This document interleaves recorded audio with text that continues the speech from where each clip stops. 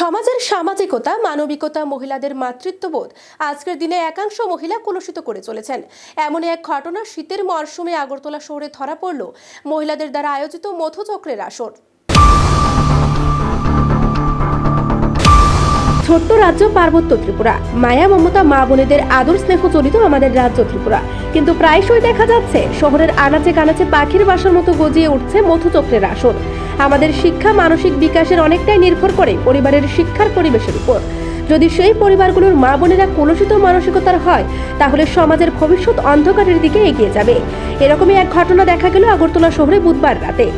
আগরতলা স্থিত রামনগর 1 নম্বর এলাকায় স্বপন কুমার দেবের বাড়িতে মহিলাদের দ্বারা আয়োজিত মধুচক্রের আসরের গোপন সন্ধান ধরা পড়ল এলাকাবাসীর হাতে।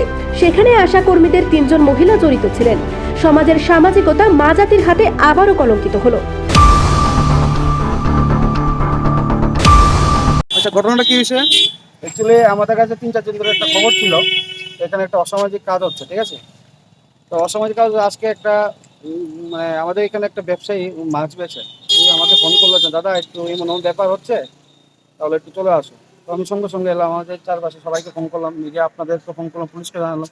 যে একটা বাড়িতে ঢুকে দেখলাম এসব একটা অশ্লীল মানে কি বলবো ভাষার মতন কিছু নেই।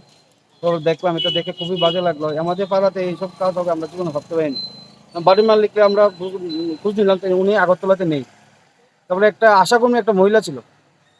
তো এসব তো করাটা ঠিক না। আমাদের এখানে আমাদের এটা আমাদের পাড়া ক্লাব থেকে আমরা এটা সবসময় আমরা একটা জোরদার পরিকল্পনা, নেশামুক্ত ত্রিপুরাতে তো মুখ্যমন্ত্রী ডাক দিয়েছে, ওটা কাজ করছে। আমরা এখানে চুরি হচ্ছে, এসব কাজ হচ্ছে, তার জন্য আমরা নিজেরই সবাই আমরা অ্যাক্টিভ আছি। আমরা এই ওয়ার্ডে এখানে হচ্ছে, আমাদের দেখুন আমাদের তো মেয়রের ওয়ার্ড, আমাদের ওয়ার্ডে এসব কাজ হয় তাহলে কিভাবে হয়? আসলে কি তারা কি এখানে মধুচক্রে কোনো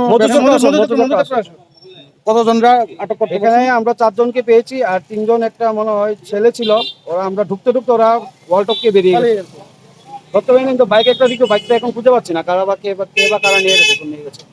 তো এখন আমরা যে আমাদের মিশনটা এখনো দাঁড়িয়ে থাকবে। আর আমাদের এখন এসব কাজ আমরা প্রশ্রয় দেবো না কোনোদিন।